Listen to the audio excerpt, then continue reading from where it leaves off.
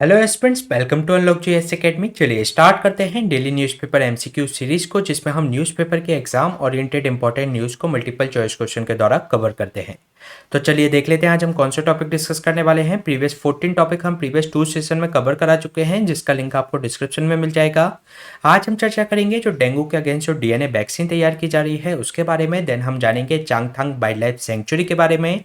इसके अलावा आरबीआई के द्वारा एक पायलट प्रोजेक्ट के रूप में कॉइन बेंडिंग मशीन स्थापित की जा रही है, तो चर्चा करेंगे उसके बारे में। साथ ही साथ बिंडसर फ्रेमवर्क किससे संबंधित है जानेंगे इसके बारे में। और जो फंडामेंटल राइट्स के अंतर्गत जो हमें राइट अगेंस्ट सेल्फ इंक्रिमेशन यानी कि सौ अपराध के विरुद्ध जो अधिकार हमें प्राप्त है, तो चर्चा करेंगे उसके बारे में। साथ ही साथ जानेंगे क्वांटम टनलिंग के बारे में, न्यूरोमॉर्फिक कंप्यूटिंग के बारे में, और ऑर्गन ऑन अ चिप अभी चर्चा में क्यों रहा और इसके क्या क्या बेनिफिट्स हैं, तो जानेंगे इसके बारे में। तो चलिए स्टार्ट करते हैं आज का इंपॉर्टेंट सेशन। ये क्वेश्चन आपका जो डेंगू के अगेंस्ट जो डीएनए वैक्सीन तैयार की जा रही है उसके रिगार्डिंग है, जिसके रिगार्डिंग आपको दो स्टेटमेंट दिए गए हैं। फर्स्ट स्टेटमेंट में आपसे कहा गया है कि इंडिया की ये first and only DNA vaccine है फॉर द डेंगू के लिए, जो कि एक प्रॉमिसिंग रिजल्ट्स इसने दर्शाए हैं। सेकेंड स्टेटमेंट में आपसे कहा गया है कि ये जो प्रेजेंट जो डीएनए वैक्सीन है ये 2019 से तैयार की जा रही है, और इसमें जो साइंटिस्ट इन्वॉल्व हैं वे national centre of biological science, साथ ही साथ ये कोलैबोरेशन है 9 इंस्टीट्यूशंस का, इंडिया, अफ्रीका एंड यूएसए के इंस्टीट्यूशन इसके अंतर्गत शामिल हैं। तो इसके रिगार्डिंग आपको करेक्ट स्टेटमेंट फाइंड आउट करना है, तो चलिए देख लेते हैं इसका आंसर।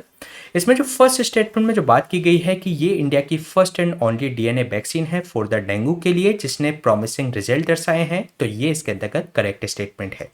इसके अलावा ये जो प्रेजेंट जो डीएनए वैक्सीन है 2019 से ये तैयार की जा रही है, और इसमें जो साइंटिस्ट इन्वॉल्व हैं national centre of biological science, और साथ ही साथ ये जो कोलैबोरेशन है इंडिया, अफ्रीका एंड यूएसए के 9 इंस्टीट्यूशंस इसके अंतर्गत शामिल है। तो ये इसके अंतर्गत करेक्ट स्टेटमेंट है, इसलिए इसका जो आंसर हो जाएगा सी बोथ 1 एंड 2। चलिए जान लेते हैं अभी चर्चा में क्यों रहा। ये जो इंडिया की फर्स्ट एंड ओनली जो डीएनए वैक्सीन है वह उसने एक तरीके के प्रॉमिसिंग रिजल्ट दर्शाए हैं इस अगेंस्ट द डेंगू के खिलाफ। अगर हम बात करें डीएनए वैक्सीन्स की, तो इसमें जो डेंगू की अगर हम बात करें तो ये एक तरीके का वायरल इन्फेक्शन होता है, जो कि एडिस एजिप्टी जो मॉस्किटो होता है जो कि इन्फेक्टेड होता है इस वायरस से, तो उसके काटने से ये ह्यूमन में ट्रांसफर होता है। इसके अलावा अगर हम बात करें इसकी वैक्सीन की हमें ज़रूरत क्यों है, तो इंडिया की अगर हम बात करें तो जो बस्ट अफेक्टेड जो नेशंस हैं वर्ल्ड वाइड, तो उसमें 4th नंबर पर इंडिया की पोजीशन आती है, जो कि एक मेजर पब्लिक हेल्थ बर्डन है इंडिया के लिए। तो इसलिए हमें इसकी आवश्यकता है। साथ ही साथ अगर हम इसके डेवलपमेंट की बात करें तो जैसे कि हमने बात की कि ये जो 2019 से तैयार की जा रही है उसमें जो साइंटिस्ट इन्वॉल्व हैं national centre of biological science Bengaluru के, साथ ही साथ कोलैबोरेशन है 9 इंस्टीट्यूशंस का, जो कि आते हैं इंडिया, अफ्रीका एंड यूएसए से। इसके अलावा अब इसके अभी जो रिजल्ट निकल कर आए हैं, प्रिलिमिनरी जो ट्रायल हुए थे जो कि चूहे पे किया गया था, जो कि एक तरीके से इसमें जो एक रोबस्ट इम्यून रिस्पॉन्स इसने दर्शाया है। साथ ही साथ इनके जो एक्सपोजर जब किया गया है इस डिसीज के खिलाफ डिसीज से, तो उसका हुआ क्या, उसकी जो सर्वाइवल रेट है माइस की वह इसके अंतर्गत बढ़ गई। इसके अलावा लेकिन अगर हम इसके चैलेंजेस की बात करें तो इससे कुछ चैलेंजेस भी एसोसिएटेड हैं, क्योंकि इसमें जो इस वैक्सीन तैयार करना एक ट्रिकी काम है, क्योंकि इसमें 4 क्लोजली जो रिलेटेड जो वायरस हैं वह उसके द्वारा ये डेंगू को अफेक्ट करता है। यानी कि इसमें 4 क्लोजली जो रिलेटेड वायरस हैं वह कारण होते हैं डेंगू के। तो इनके जो हमें वैक्सीन तैयार करनी होगी, इनके चारों के खिलाफ ऐसी वैक्सीन तैयार करनी होगी जो इन चारों के खिलाफ कारगर हो। तो इसलिए ये एक बहुत बड़ा चैलेंज है। साथ ही साथ इसका जो प्रिलिमिनरी जो ट्रायल था वह सफल हुआ है। तो ये क्वेश्चन हमने डिस्कस किया DNA vaccine against the dengue के बारे में। चलिए चलते हैं नेक्स्ट क्वेश्चन पे। नेक्स्ट क्वेश्चन है आपका चांगथांग वाइल्ड लाइफ सेंचुरी से संबंधित, जिसके रिगार्डिंग आपको 3 स्टेटमेंट दिए गए हैं। फर्स्ट स्टेटमेंट में आपसे कहा गया है कि ये फेमस है, और यहाँ पर जो बाटा लेक्स हैं सो मुररी पेंगोंग सो लेक के लिए ये फेमस है। सेकेंड स्टेटमेंट में आपसे कहा गया है कि ये जो चांगथांग कोल्ड डेजर्ट जो सेंचुरी है उसके अंतर्गत 11 लेक्स और 10 मार्सेस इसके अंतर्गत शामिल हैं। साथ ही साथ इस सेंचुरी को रिवर इंडस के द्वारा 2 पार्ट में डिवाइड किया जाता है। इसके अलावा थर्ड स्टेटमेंट में आपसे कहा गया है कि ये स्नो लियोपर्ड के होम के रूप में फेमस है। तो इसके रिगार्डिंग आपको करेक्ट आंसर फाइंड आउट करना है, तो चलिए देख लेते हैं इसका आंसर। इसमें जो फर्स्ट स्टेटमेंट में बात की गई है कि ये जो चांगथांग वाइल्ड लाइफ सेंचुरी है सो मुरोरी और पेंगोंग सो लेक जो बाटा लेक्स हैं उन लेक्स के लिए ये फेमस है। तो ये इसके अंतर्गत करेक्ट स्टेटमेंट है। इसके अलावा जो चांगथांग कोल्ड डेजर्ट जो सेंचुरी है उसके अंतर्गत 11 लेक्स और 10 मार्सेस शामिल हैं, और जो रिवर जो सिंधु है वह इसको 2 पार्ट में डिवाइड करती है, यानी कि चांगथांग जो वाइल्ड लाइफ सेंचुरी है उससे सिंध नदी बहती है। तो ये भी इसके अंतर्गत करेक्ट स्टेटमेंट है। इसके अलावा थर्ड स्टेटमेंट में जो बात की गई है कि ये जो स्नो लेओपर्ड है उसके होम के रूप में ये फेमस है, तो ये भी इसके अंतर्गत करेक्ट स्टेटमेंट है। इसलिए इसका जो आंसर हो जाएगा डी 1, 2 एंड 3। चलिए जान लेते हैं अभी चर्चा में क्यों रहा। जो हमारा national board of wild life है उसने अप्रूव कर दिया है, जो कि एक डिसीजन था कि इसमें जो 3.16 हेक्टेयर की जो भूमि है चांगथांग वाइल्ड लाइफ सेंचुरी की, उसको ट्रांसफर कर दिया गया IAFS माउंटेन रडार को। इसके अलावा अगर हम बात करें चांगथांग वाइल्ड लाइफ सेंचुरी की, तो ये एक लोकेशन की अगर हम बात करें तो ये लोकेटेड है on the Tibetan Changthang plateau पर। साथ ही साथ ये फेमस है यहाँ पर जो एक बाटा लेक्स हैं सोमुररी और पेंगोंग सो लेक, तो उसके लिए ये फेमस है। इसके अलावा अगर हम इसकी टोपोग्राफी की बात करें तो इसमें डीप गॉर्जेस और बास्ट जो प्लेट्यूस हैं ये हमें यहाँ पर देखने को मिलते हैं। इसके अलावा ये इसकी जो चांगथांग कोल्ड डेजर्ट जो सेंचुरी है उसके अंतर्गत 11 लेक्स और 10 मार्सेस इसके अंतर्गत शामिल है, और जो रिवर जो सिंधु है उसको 2 पार्ट में डिवाइड करती है। साथ ही साथ अगर हम इस यहाँ के फेमस फौना की बात करें तो ये जो स्नो लेओपर्ड है जो कि IUCN की लिस्ट में इसको वल्नरेबल स्थान दिया गया है, तो ये फेमस है इस एरिया में। साथ ही साथ जो तिब्बतन जो वोल्फ है, वाइल्ड याक है, भराल और साथ ही साथ ब्राउन बियर है, मॉर्मोट है, तिब्बतन वाइल्ड एस है, डार्क नेक्ड क्रेन है, वे भी इस सेंचुरी के अंतर्गत पाए जाते हैं। इसके अलावा अगर हम बात करें national board of wild life के बारे में, तो ये एक तरीके की स्टैट्यूटरी ऑर्गेनाइजेशन है जो कि एक्ट तैयार की गई है वाइल्ड लाइफ प्रोटेक्शन एक्ट 1972 के अंतर्गत। इसके अलावा इसका जो रोल है कि वह एडवाइजरी नेचर का होता है, और ये एडवाइस करती है सेंट्रल गवर्नमेंट को कि इनसे संबंधित जो मेजर्स हैं कंजर्वेशन ऑफ वाइल्ड लाइफ से संबंधित कंट्री के अंतर्गत उससे संबंधित पॉलिसीज को ये फ्रेम कर सके। साथ ही साथ इसका जो प्राइमरी फंक्शन है इस बोर्ड का कि वह प्रमोट करती है conservation and development of wild life and forest को। साथ ही साथ इसकी जो पावर है कि वे रिव्यू कर सकती है all wild life related matters को। साथ ही साथ अप्रूव करती है प्रोजेक्ट इन एंड अराउंड जो नेशनल पार्क्स हैं या सेंचुरी के इन एंड अराउंड कोई प्रोजेक्ट चल रहे हैं तो उनको भी अप्रूवल इसके द्वारा दिया जाता है। इसके अलावा इसका जो अल्टरनेशन है जो बाउंड्रीज इसके जो कि किसी नेशनल पार्क या वाइल्ड लाइफ सेंचुरी का किया जाना है तो इसके अप्रूवल के बिना वह नहीं किया जा सकता। जैसे कि हमने देखा जो 3.67 हेक्टेयर की जो भूमि है वह national board of wild life की अप्रूवल पर ही ये ट्रांसफर की गई। इसके अलावा अगर हम इसके कंपोजिशन की बात करें तो इसकी ये एक बहुत इंपॉर्टेंट बॉडी है क्योंकि इसको हेड किया जाता है प्राइम मिनिस्टर के द्वारा, और इसके पास 47 मेंबर्स होते हैं जिसके अंतर्गत प्राइम मिनिस्टर, साथ ही साथ 19 मेंबर इसके एक्स ऑफिशियो मेंबर होते हैं, और जो अदर जो मेंबर इसके अंतर्गत इंक्लूड किए जाते हैं जिसमें से 3 होते हैं मेंबर ऑफ पार्लियामेंट, जिसमें से 2 लिए जाते हैं लोकसभा से और 1 लिया जाता है राज्यसभा से, और 5 NGOs और 10 इमिनेंट जो इकोलॉजिस्ट हैं या कंजर्वेशनिस्ट हैं या एनवायरमेंटलिस्ट हैं तो उनको इसके अंतर्गत शामिल किया जाता है। तो इसमें जो टोटल जो मेंबर हैं वे 47 मेंबर इसमें शामिल हैं, और इसको चेयर किसके द्वारा किया जाता है? इसको चेयर किया जाता है प्राइम मिनिस्टर के द्वारा। तो ये क्वेश्चन हमने डिस्कस किया चांगथांग वाइल्ड लाइफ सेंचुरी से संबंधित। चलिए चलते हैं नेक्स्ट क्वेश्चन पे। नेक्स्ट क्वेश्चन है आपका कॉइन बेंडिंग मशीन से संबंधित, जिसके रिगार्डिंग आपको 2 स्टेटमेंट दिए गए हैं। फर्स्ट स्टेटमेंट में आपसे कहा गया है कि जो RBI गवर्नर ने जो सेंट्रल बैंक से कहा है कि एक स्टार्ट करें पायलट प्रोजेक्ट जो कि लॉन्च करेगा QR code based coin bending machines को। सेकेंड स्टेटमेंट में आपसे कहा गया है कि ये जो बेंडिंग मशीन है कॉइन निकाल सकती हैं, डिस्पेंस कर सकती हैं यूजिंग द जो फिजिकल जो टेंडरिंग ऑफ जो बैंक नोट्स के माध्यम से UPI की जगह पर। तो इसके रिगार्डिंग आपको करेक्ट स्टेटमेंट फाइंड आउट करना है, तो चलिए देख लेते हैं इसका आंसर। इसमें जो फर्स्ट स्टेटमेंट में जो बात की गई है कि QR बेस्ड जो कॉइन बेंडिंग मशीन से संबंधित पायलट प्रोजेक्ट शुरू करने के लिए RBI गवर्नर ने निर्देश दिए हैं, तो ये इसके अंतर्गत करेक्ट स्टेटमेंट है। इसके अलावा ये जो बेंडिंग मशीन होगी वे यूज कर सकेंगी UPI का, जो कि पहले किया जाता था physical tendering of bank notes के माध्यम से हम कॉइन निकाल सकते थे, तो उसकी जगह हम इसके अंतर्गत UPI का यूज कर पाएंगे। तो ये अब UPI का यूज करेगा, तो इसमें का लिखा गया है कि ये जो UPI की जगह physical tendering of bank notes के माध्यम से इसमें कॉइन निकाल सकते हैं, तो ये इसके अंतर्गत रॉन्ग स्टेटमेंट हो जाएगा। इसलिए इसका जो आंसर होगा A1 ओनली। चलिए जान लेते हैं अभी चर्चा में क्यों रहा। जो आरबीआई गवर्नर ने सेंट्रल बैंक से कहा है कि एक पायलट प्रोजेक्ट स्टार्ट करें जिसमें QR based coin bending machine को लगाया जाएगा। इसके अलावा ये जो बेंडिंग मशीन होगी जिसके अंतर्गत जो कि कॉइन है वह इसके अंतर्गत निकाल सकते हैं कस्टमर के अकाउंट से।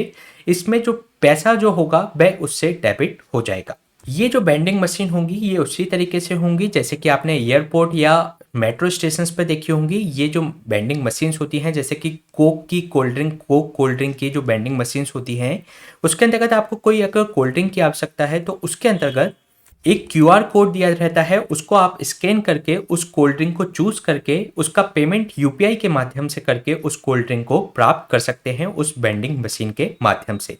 उसी प्रकार से ये कॉइन बेंडिंग मशीन होगी जिसमें एक क्यूआर कोड लगा होगा जिसमें आप अपने जो यूपीआई के माध्यम से पेमेंट करके उसमें से कॉइन ले सकते हैं और इसमें सभी कॉइन मौजूद होंगे जो भी अभी रनिंग में चल रहे हैं, जैसे कि 1 रुपये का कॉइन, 2 रुपये का कॉइन और 5 या जो 10 रुपये के जो कॉइन्स जो अवेलेबल हैं वह इसके अंतर्गत ये इसके द्वारा प्राप्त किए जा सकते हैं।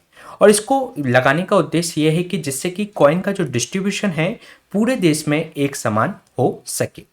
इस तरीके की जो कॉइन जो बेंडिंग मशीन हुआ करती थी पहले भी हुआ करती थी, लेकिन उसके अंतर्गत जो क्यूआर कोड से पेमेंट करने का उसके अंतर्गत माध्यम मौजूद नहीं था।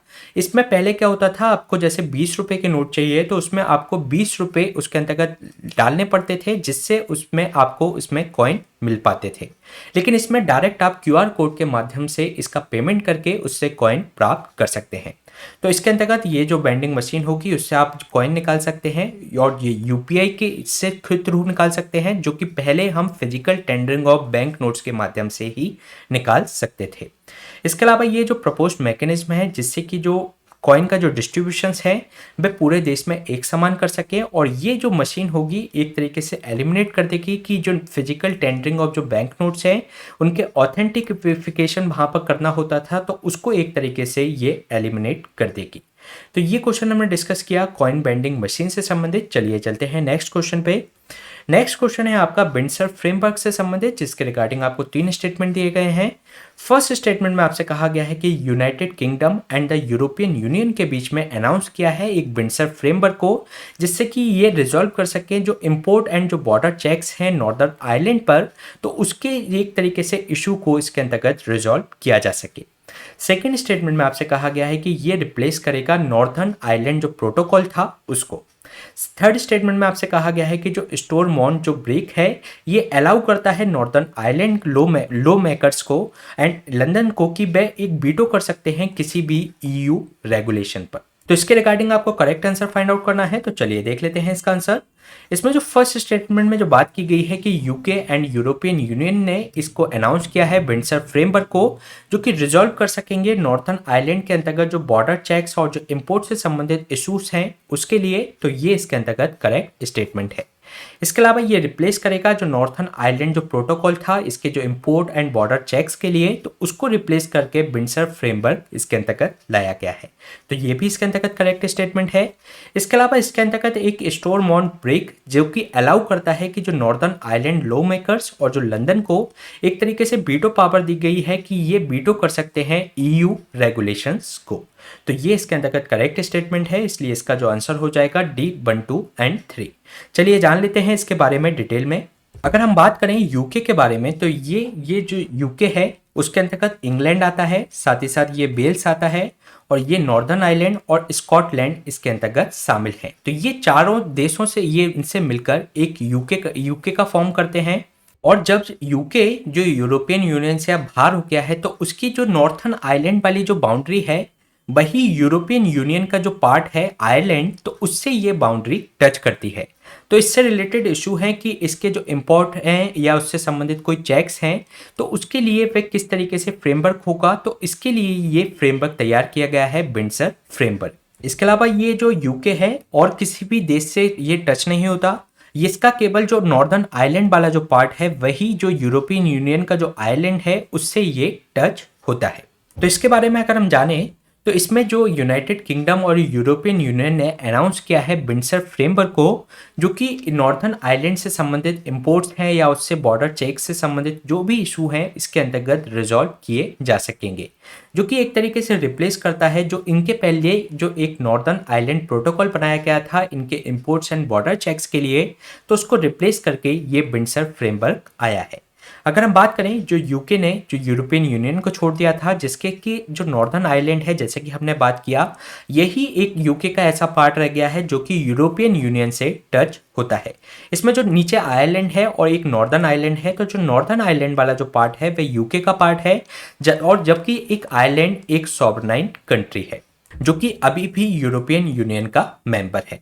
तो इसका जो बाउंड्री जो टच होती है नॉर्दर्न आइलैंड की आइलैंड से, तो इसमें जो ईयू और यूके ने एक डिफरेंट जो प्रोडक्ट जो स्टैंडर्ड्स हैं साथ ही साथ बॉर्डर चेक्स इसके अंतर्गत इस तरीके के फ्रेमवर्क की आवश्यकता है, जो कि एक तरीके से कोई अगर नॉर्दर्न आइलैंड से आइलैंड में कोई प्रोडक्ट जाता है तो उसके लिए ऊपर चेक लगाए जा सकें। तो इसके अगर हम बात करें तो ये जो टू आइलैंड्स हैं जो कि एक तरीके से हिस्ट्री ऑफ कॉन्फ्लिक्ट में रहे थे, ये जो नॉर्दर्न आइलैंड और जो आइलैंड है उनके बीच में काफ़ी कॉन्फ्लिक्ट रहा, और इनके बीच में जब शांति आई थी वह 1998 में आई थी, जो कि एक एग्रीमेंट जिसका नाम आपको ध्यान रखना है एक बेलफास्ट एग्रीमेंट के माध्यम से इनके बीच में शांति स्थापित की गई थी नॉर्दर्न आइलैंड और आइलैंड के बीच में, जिसको गुड फ्राइडे एग्रीमेंट के नाम से भी जाना जाता है। इसके अलावा इनके जो बॉर्डर हैं एक तरीके से काफ़ी डेंजरस हैं, काफ़ी डेंजरस माने जाते हैं, इसलिए यहाँ पर जो रिक्वायर है कि ये इसके अंतर्गत चेक्स और जो इम्पोर्ट यहाँ से हो रहे हैं उस पर चेक किया जा सके। इसके अलावा ये एक तरीके से नॉर्दर्न आइलैंड प्रोटोकॉल इसके लिए पहले तैयार किया गया था। इसके अलावा अगर हम बात करें इसमें जो विंडसर फ्रेमवर्क के बारे में, तो इसमें जो डील में है दो क्रूशल एस्पेक्ट्स को शामिल किया गया है, जिसमें फर्स्ट एस्पेक्ट के अंतर्गत एक इंट्रोडक्शन किया गया है ग्रीन लेन और रेड लेन सिस्टम का फॉर द गुड्स के लिए। अगर हम बात करें ग्रीन लेन सिस्टम की, तो इसके अंतर्गत जो गुड्स होंगी वह जो स्टे रह सकती है, यानी कि यहाँ पर नॉर्दर्न आइलैंड पर रह सकती है। इसके अलावा जो रेड लाइन जो सिस्टम होंगे वे इसके अंतर्गत जो गुड्स होंगी वे जा सकती हैं यूरोपियन यूनियन में, यानी कि आप जो नॉर्दर्न आइलैंड से कोई सामान अगर यहाँ बेचना है आइलैंड पर, तो ये इसके अंतर्गत अगर रेड लैंड सिस्टम है तो वह नॉर्दर्न आइलैंड में ही रह सकती है, यानी कि इनको बाहर नहीं भेजा जा सकता। इसके अलावा इसमें जो ग्रीन लैंड जो सिस्टम है उनको बाहर नहीं भेजा जा सकता, जबकि जो रेड लैंड जो सिस्टम है उसको बाहर यूरोपियन यूनियन में भेजा जा सकता है। इसके अलावा इसमें एक सेकंड एस्पेक्ट्स भी है जिसका नाम है स्टोरमॉन्ट ब्रेक। इसके अंतर्गत ये अलाउ करता है नॉर्दर्न आइलैंड और लॉ मेकर्स को, साथ ही साथ जो लंदन है उसके लॉ मेकर्स को, कि कोई भी अगर यूरोपियन यूनियन का जो रेगुलेशंस हैं जो कि इनके जो इसके रीजन को एडवर्सली इम्पैक्ट करते हैं, तो उसके ऊपर ये एक तरीके से वीटो लगा सकता है।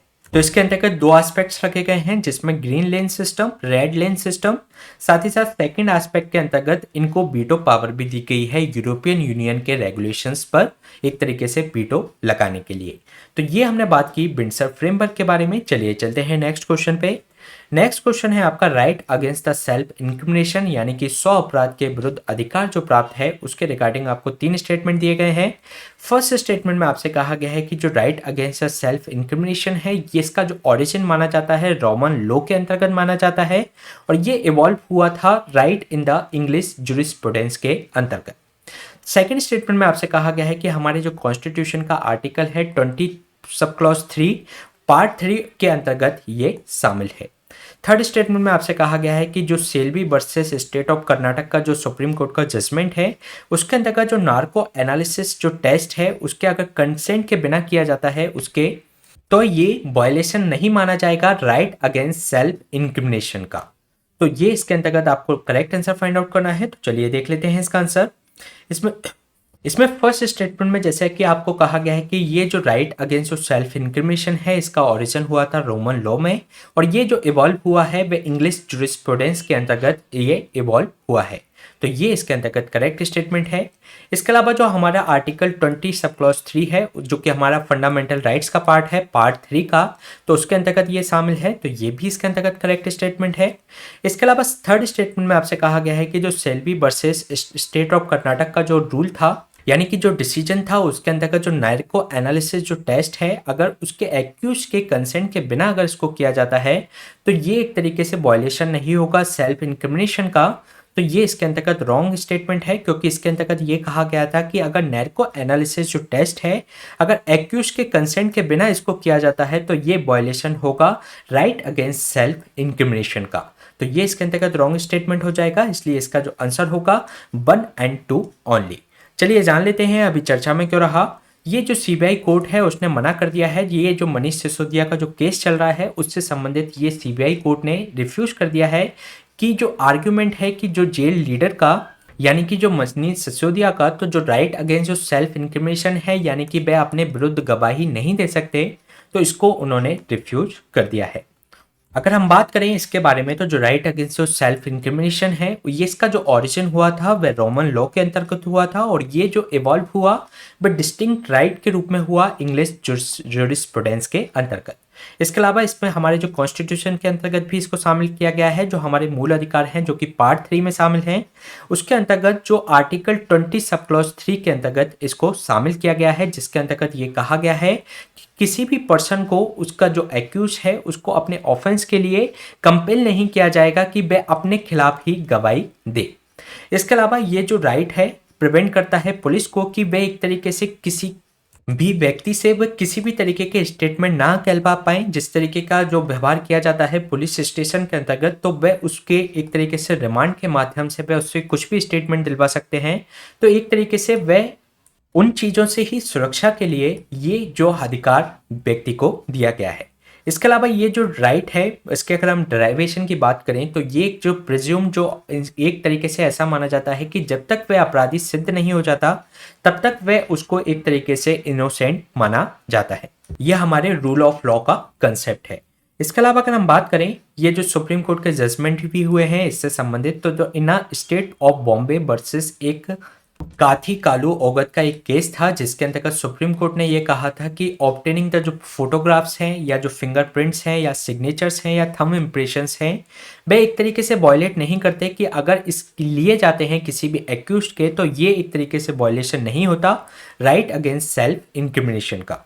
इसके अलावा एक और केस हुआ Ritesh Sinha versus state of Uttar Pradesh का केस, जिसके अंतर्गत सुप्रीम कोर्ट ने इसको जो डेफिनेशन दी थी उसको और ज़्यादा ब्रॉडन कर दिया उन पैरामीटर्स को बढ़ाकर, जिसमें हैंड राइटिंग जो सैंपल्स हैं उसके अंतर्गत वॉइस सैंपल्स भी इसके अंतर्गत शामिल कर दिए, जो कि एक तरीके से अगर इनको प्राप्त किया जाता है एक्यूज से तो वह एक तरीके से वॉयलेशन नहीं होगा राइट अगेंस्ट सेल्फ इंक्रिमिनेशन का। इसके अलावा जो सेल्वी वर्सेस जो स्टेट ऑफ कर्नाटक का जो केस हुआ था उसके अंतर्गत सुप्रीम कोर्ट के द्वारा ये कहा गया था कि जो नैर्को एनालिसिस जो टेस्ट है अगर उस अपराधी के कंसेंट के बिना उसको लिया जाता है तो वह एक तरीके से वॉयलेशन होगा राइट अगेंस्ट सेल्फ इंक्रिमिनेशन का। साथ ही साथ इसके अंतर्गत जो डीएनए सैंपल है वह इसके अंतर्गत लेना परमिटेड है। साथ ही साथ अगर इसको रिफ्यूज करता है इस सैंपल देने से तो वह उसके खिलाफ एक तरीके से जो एविडेंस एक्ट है उसके खिलाफ एक तरीके से मामला दायर किया जा सकता है। तो इसके अंतर्गत डीएनए भी लिया जा सकता है, तो वह भी एक तरीके से वॉयलेशन नहीं होगा इस अधिकार का। उनके फोटोग्राफ्स लिए जा सकते हैं, उनके जो सिग्नेचर थंब इम्प्रेशन इसके अंतर्गत लिए जा सकते हैं, लेकिन उनका अगर नैर्को एनालिसिस कराना है तो उनका कंसेंट इसके अंतर्गत लेना जरूरी होगा। तो ये क्वेश्चन हमने डिस्कस किया राइट अगेंस्ट सेल्फ इंक्रिमिनेशन से संबंधित। चलिए चलते हैं नेक्स्ट क्वेश्चन पे। नेक्स्ट क्वेश्चन है आपका क्वांटम टनलिंग से संबंधित, जिसके रिगार्डिंग आपको 3 स्टेटमेंट दिए गए हैं। फर्स्ट स्टेटमेंट में आपसे कहा गया है कि जो क्वांटम जो टनलिंग है एक तरीके से डिफाइन किया जाता है कि जो क्वांटम मैकेनिकल जो प्रोसेस है जिसके अंतर्गत जो वेव फंक्शंस हैं वह पेनिट्रेट कर सकती है पोटेंशियल बैरियर्स के थ्रू। इसके अलावा सेकंड स्टेटमेंट में आपसे कहा गया है कि इसमें जो ट्रांसमिशन थ्रू द जो पोटेंशियल बैरियर्स से होता है वह एक तरीके से फाइनाइट होता है और इसको एक तरीके से रिलाई किया जा सकता है एक्सपोनेंशियली, और इसमें जो बैरियर की ये डिपेंड करता है बैरियर की जो विड्थ और बैरियर की हाइट पर। थर्ड स्टेटमेंट में आपसे कहा गया है कि ये क्रूशल रोल प्ले करता है फिजिकल प्रोसेसेस जैसे कि न्यूक्लियर फिजन रिएक्शन के लिए। तो इसके रिगार्डिंग आपको करेक्ट आंसर फाइंड आउट करना है, तो चलिए देख लेते हैं इसका आंसर। इसमें जो फर्स्ट स्टेटमेंट में जो बात की गई है कि जो क्वांटम टनलिंग है एक तरीके से डिफाइन किया जाता है क्वांटम मैकेनिकल प्रोसेस को, जिसमें एक जो वेव फंक्शंस होता है वह पेनिट्रेट करता है पोटेंशियल बैरियर के थ्रू यानी कि उसके माध्यम से। तो ये इसके अंतर्गत करेक्ट स्टेटमेंट है। इसके अलावा सेकेंड स्टेटमेंट में जो बात की गई है कि इसमें जो ट्रांसमिशन होता है इसके जो पोटेंशियल बैरियर के माध्यम से होता है जो कि फाइनाइट होता है, और ये एक तरीके से डिपेंड करता है इसकी बैरियर की विड्थ और बैरियर की हाइट पर। तो ये भी इसके अंतर्गत करेक्ट स्टेटमेंट है। इसके अलावा ये जो क्रूशल रोल प्ले करता है जो फिजिकल प्रोसेसेस जैसे कि न्यूक्लियर फ्यूजन रिएक्शन के लिए, ना कि फिजन रिएक्शन के लिए। तो ये इसके अंतर्गत रॉन्ग स्टेटमेंट हो जाएगा, इसलिए इसका जो आंसर हो जाएगा A1 एंड 2 ओनली। चलिए चलते हैं इसके बारे में और जान लेते हैं। ये जो मॉलिक्यूल है एक तरीके से देखा गया कि जो टनलिंग किया इसने फर्स्ट टाइम, यानी कि इसमें जो फर्स्ट टाइम जो मॉलिक्यूल्स को देखा गया कि एक वेव फंक्शंस करते हुए पोटेंशियल बैरियर के माध्यम से ये एक तरीके से इसने टनलिंग की। इसके अलावा अगर हम बात करें क्वांटम टनलिंग की, तो इसको एक तरीके से डिफाइन किया जाता है एक क्वांटम मैकेनिकल प्रोसेस के रूप में, जिसमें जो वेव फंक्शंस होता है वह पेनिट्रेट करता है, यानी कि वह जा सकता है with the help of through the potential barrier के माध्यम से। इसके अलावा इसमें जो ट्रांसमिशन होता है पोटेंशियल बैरियर से, तो एक फाइनाइट होता है और इसके अंतर्गत ये जो डिपेंड करता है बैरियर की विड्थ पर, साथ ही साथ बैरियर की हाइट पर। और जो क्वांटम जो टनलिंग है ये एक तरीके से एक्सप्लेन किए, जो कि हमारे जो ट्रेडिशनल जो क्लासिकल जो मैकेनिक्स है उससे इसको डिफाइन नहीं किया जा सकता, जिसके अंतर्गत ऐसा माना जाता है कि कोई भी डेंस जो पोटेंशियल जो बैरियर्स है वह उसके लिए ज़रूरत होती है पोटेंशियल एनर्जी की, लेकिन इसके अंतर्गत उसको इसमें डिफाइन नहीं किया जा सकता क्वांटम टनलिंग को। इसके अलावा ये एक क्रूशल रोल प्ले करता है फिजिकल प्रोसेसेस जैसे कि न्यूक्लियर फ्यूजन के लिए। साथ ही साथ जो टनलिंग है एक तरीके से इसको समझ सकते हैं हाइजेनबर्ग का जो अनिश्चितता का जो नियम होता है, यानी कि हाइजेनबर्ग का जो अनसर्टेनिटी जो प्रिंसिपल्स होता है उसके थ्रू इसको समझा जा सकता है। इसके अलावा ये एक तरीके से ये यूज किया जा सकता है, जो कि हमारे लिए यूपीएससी पॉइंट ऑफ व्यू से काफ़ी इंपॉर्टेंट है कि ये यूज किया जा सकता है क्वांटम कंप्यूटिंग के लिए, टनल डायोड्स के लिए, साथ ही साथ जो स्कैनिंग जो टनलिंग जो माइक्रोस्कोप्स होते हैं उनके लिए इसको यूज किया जा सकता है।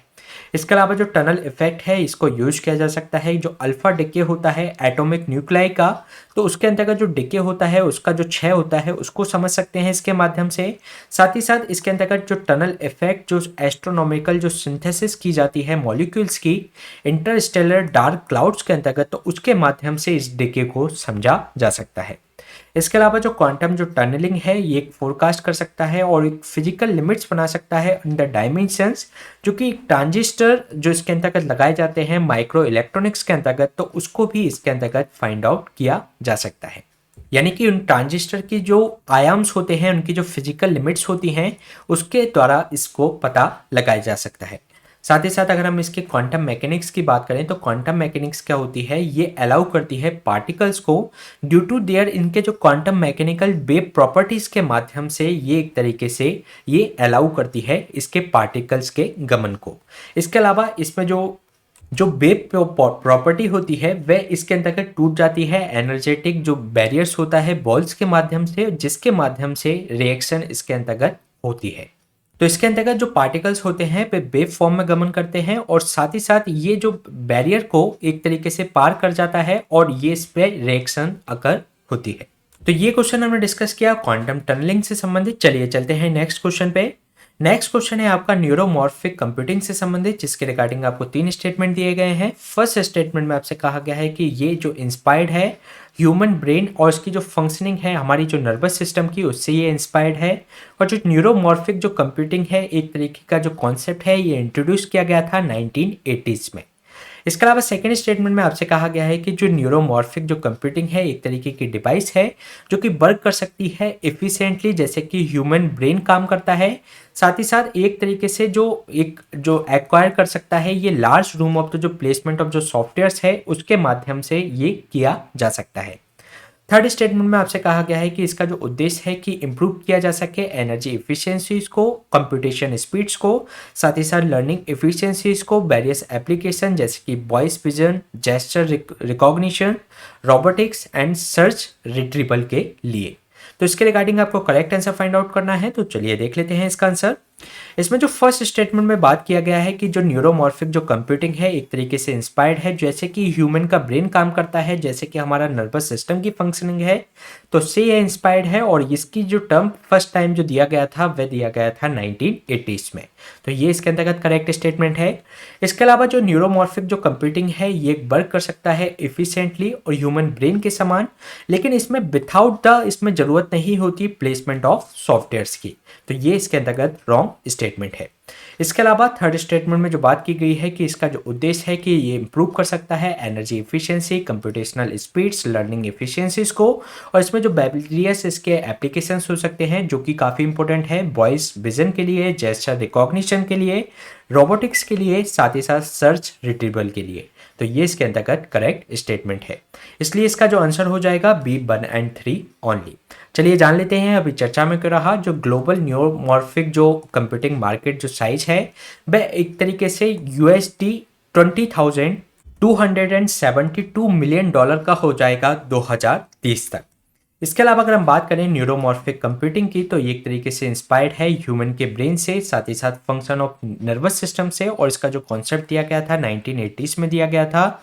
ये एक तरीके से रेफर करता है कि जो डिजाइनिंग ऑफ कंप्यूटर्स जो कि बेस्ड होंगे और जो सिस्टम जो फाउंड किया जाता है ह्यूमन ब्रेन के अंतर्गत, तो उसी तरीके से इसमें एक कंप्यूटर सिस्टम डिजाइन किया जाता है। इसके अलावा जो न्यूरोमॉर्फिक जो कंप्यूटिंग डिवाइस है ये एक तरीके से इफिशिएंटली वर्क कर सकती हैं और इसमें जो सॉफ्टवेयर्स की जो लार्ज प्लेसमेंट करना पड़ता है किसी भी डिवाइस में, तो इसमें ज़रूरत नहीं होती। इसके अलावा इसमें जो टेक्नोलॉजिकल जो एडवांसमेंट है या जो रैकिंडल जो आपका इंटरेस्ट ऑफ जो साइंटिस्ट हैं न्यूरोमॉर्फिक कंप्यूटर्स में इसलिए बढ़ रहा है क्योंकि इसके आर्टिफिशियल न्यूरल नेटवर्क मॉडल्स में इसका यूज किया जा सकता है। इसके अलावा इसका जो उद्देश्य है कि energy efficiency, computational speeds, learning efficiency और वेरियस जो एप्लीकेशंस हैं जैसे कि वॉइस विजन और जो जेस्चर जो रिकॉग्निशंस हैं, रोबोटिक्स या सर्च रिट्रीवल को इसके अंतर्गत बढ़ाया जा सकता है। साथ ही साथ अगर हम बात करें न्यूरोमॉर्फिक जो कंप्यूटिंग एक तरीके से प्रोवाइड कराता है और इसके जो बेनिफिट्स हैं कि ये एक फास्ट तरीके से पैरेलली ये काम कर सकता है और इसमें जो पावर कंजप्शंस हैं वह भी कम होती है। साथ ही साथ ये एलिमिनेट कर सकता है जो हमारी बैक एंड जो फुट डेटा मूवमेंट होती है किसी भी नेटवर्क के अंतर्गत, किसी भी कंपोनेंट के अंतर्गत, जो कि एक बॉर्न न्यूमॉन जो आर्किटेक्चर पर आधारित होती है जिसके अंतर्गत back and fourth data movement की आवश्यकता होती है, तो इसमें इसकी रिक्वायरमेंट नहीं होगी। और ये इसमें जो एक्सपेक्टेड है कि ये एक तरीके से अडॉप्ट कर सकेगा इमेज और जो सिग्नल जो प्रोसेसिंग जो एप्लीकेशंस होती है उसको ये अडॉप्ट कर सकेगा। साथ ही साथ अगर हम बात करें ये एक्सपेक्टेड है कि ये अडॉप्ट करेगा कंज्यूमर इलेक्ट्रॉनिक्स को, ऑटोमेटिक हेल्थ केयर और जो मिलिट्री एंड जो डिफेंस सेक्टर्स के अंतर्गत इसके कई सारे एप्लीकेशंस इसके अंतर्गत हो सकते हैं, जिससे इसका जो मार्केट ग्रोथ है वह 2030 तक काफ़ी ज़्यादा बढ़ जाएगा। तो ये क्वेश्चन हमने डिस्कस किया न्यूरोमॉर्फिक कंप्यूटिंग से संबंधित। चलिए चलते हैं नेक्स्ट क्वेश्चन पे। नेक्स्ट क्वेश्चन है ऑर्गन ऑन अ चिप से संबंधित, जिसके रिगार्डिंग आपको दो स्टेटमेंट दिए गए हैं। फर्स्ट स्टेटमेंट में आपसे कहा गया है कि ऑर्गन ऑन अ चिप एक तरीके से रेफर करता है माइक्रो इंजीनियर जो बायोमाइमेटिक जो सिस्टम होता है, यानी कि जो मिमिक होता है वह एक तरीके से रिफ्लेक्ट करता है वहाँ का जो स्ट्रक्चरल या फंक्शनल जो कैरेक्टरिस्टिक्स हैं ह्यूमन टिश्यूज के, उसके समान ही ये एक तरीके से मिमिक कर लेता है। तो ये इसके अंतर्गत करेक्ट स्टेटमेंट है। इसके अलावा सेकेंड स्टेटमेंट में जो बात की गई है कि ये इन्वॉल्व करता है बायोमेटेरियल जो टेक्नोलॉजी है, सेल बायोलॉजी है, साथ ही साथ इंजीनियरिंग को जो कि कंबाइन करता है मिनिएचर प्लेटफॉर्म पर। तो ये भी इसके अंतर्गत करेक्ट स्टेटमेंट है। तो इसलिए इसका जो आंसर हो जाएगा सी बोथ 1 एंड 2। चलिए जान लेते हैं अभी चर्चा में क्यों रहा। जो FDA है जो USA का, उसने FDA मॉडर्नाइजेशन जो एक्ट है 2.0 रिसेंटली साइन किया है US प्रेसिडेंट के द्वारा, जो कि एक तरीके से अलाउ करेगा जो क्लिनिकल जो ट्रायल किए जाते हैं वे यूज करते हैं एनिमल को, तो उसकी जगह इसके अंतर्गत एनिमल मॉडलिंग को यूज इसके अंतर्गत जो किया जा सकता है। तो इसके अंतर्गत किसी भी जो ऑर्गन है उसकी जो फंक्शनिंग को एक चिप पर लेकर उसके अंतर्गत ये एक तरीके से ट्रायल किया जा सकता है। इसके अलावा अगर हम बात करें organ on a chip system की, तो organ on a chip system एक तरीके से रेफर करता है एक जो माइक्रो इंजीनियर जो बायोमाइमेटिक एक सिस्टम होता है, यानी कि इसमें मिमिक्री की तरह आप समझ सकते हैं कि ये एक तरीके से मिमिक करता है, एक तरीके का सिस्टम है जो कि रिफ्लेक्ट करता है जो भी हमारी स्ट्रक्चरल या जो फंक्शनल कैरेक्टरिस्टिक हैं हमारे ह्यूमन टिश्यूज के, तो उसी तरीके से ये अपने आप को मिमिक करने लगता है। इसके अलावा ये एक तरीके से माइक्रो फिजियोलॉजिकल सिस्टम या टिश्यू चिप्स के रूप में भी इसको जाना जाता है। ये एक तरीके की स्मॉल डिवाइसेस हैं जो कि ह्यूमन सेल्स को कंटेन करती है, जो कि यूज किया जाता है कि उससे संबंधित जो ह्यूमन ऑर्गन से संबंधित जो एनवायरनमेंट है उसको एक तरीके से उसकी कॉपी की जा सके। और इसके अलावा इंक्लूडिंग जो हमारा ब्लड फ्लो है या जो ब्रीदिंग जो मूवमेंट्स हैं, एक तरीके से जो सर्विंग और जो एक सिंथेटिक जो एनवायरनमेंट्स इसके अंतर्गत तैयार किया जा सकता है, और जिससे कि उस पर एक तरीके से जो नई ड्रग जो तैयार की गई है उस पर एक जो सिंथेटिक एनवायरनमेंट के अंतर्गत जो मिमिक एक तैयार हुआ है, तो उसके अंतर्गत इसको टेस्ट उसके अंतर्गत किया जा सकता है, जिससे कि हमारे जो एनिमल पर हमको ट्रायल करने पड़ते हैं उसकी जगह हम एक तरीके से इस चिप के माध्यम से इसको टेस्ट किया जा सकता है। ये इन्वॉल्व करती है biomaterial technology, cell biology, साथ ही साथ इंजीनियर जो कंबाइंड को जो एक तरीके से टुगेदर जो एक तरीके से इसको एक मिनिएचर प्लेटफॉर्म पर लाकर, यानी कि एक चिप के रूप में इसको मिनिएचर प्लेटफॉर्म पर लाकर इन बायोमेट्रिकल जो टेक्नोलॉजी और सेल बायोलॉजी को इस पर ले आती है। इसके अलावा अगर हम बात करें, जो डोनाल्ड जो इंगवर हैं, एक प्रोफेसर हैं बायो इंजीनियरिंग एंड जो डायरेक्टर हैं बिस institute of and at the Harvard university के अंतर्गत, तो इनके जो कलीग ने एक तरीके से डेवलप किया है first human organ on a chip model तैयार किया था। वो कब किया था? 2010 में। तो इसलिए ऐसा नहीं फर्स्ट टाइम ऐसा किया गया है, 2010 में इस तरीके की चिप बनाई गई थी। और ये जो फर्स्ट ऑर्गन ऑन अ जो चिप थी वे एक तरीके से लंग ऑन अ चिप थी, जो कि एक तरीके से रिसेंबल करती थी बायोकेमिकल जो एस्पेक्ट्स हैं हमारे जो लंग के, हमारे जो फेफड़े के, उसका जो ब्रीथिंग मैकेनिज्म है उस तरीके से ही इसको एक चिप में ढाला गया था। इसके अलावा अगर हम इसके एप्लीकेशन की बात करें, तो जो सबसे पहले जो हमें ट्रेडिशनली जो जानवरों पे जो ट्रायल करने पड़ते हैं उसकी जगह हम एक तरीके से इस पर ट्रायल कर सकते हैं। साथ ही साथ एक जो हमारी जो प्रिसीजन जो मेडिसिन है, जैसे कि कैंसर सेल्स के लिए प्रिसीजन मेडिसिन की आवश्यकता होती है, उसी तरीके के हम इसके अंतर्गत ड्रग डेवलप कर सकते हैं, साथ ही साथ उसकी स्क्रीनिंग भी कर सकते हैं। और एक तरीके से ये एक्यूरेटली यूज किया जा सकता है ड्रग डिस्कवरी और जो पर्सनलाइज जो मेडिसिन होती हैं उसको इसके अंतर्गत यूज किया जा सकता है, क्योंकि हर एक पर्सनल के अनुसार अलग अलग मेडिसिन वर्क करती हैं, तो उसके माध्यम से इस ऑर्गन ऑन अ चिप के माध्यम से उसको बेहतर तरीके से अच्छी मेडिसिन उसके लिए तैयार की जा सकती हैं, जो कि अलग अलग ह्यूमन टाइप पर वह एक तरीके से ठीक तरीके से काम कर पाएंगे। तो ये क्वेश्चन हमने डिस्कस किया organ on a chip model पर संबंधित। इसी तरीके के सेशन हम आपके बीच में लाते रहेंगे। आप हमसे इस टेलीग्राम चैनल से भी जुड़ सकते हैं। Please stay tuned, subscribe unlock GS academy. Thank you.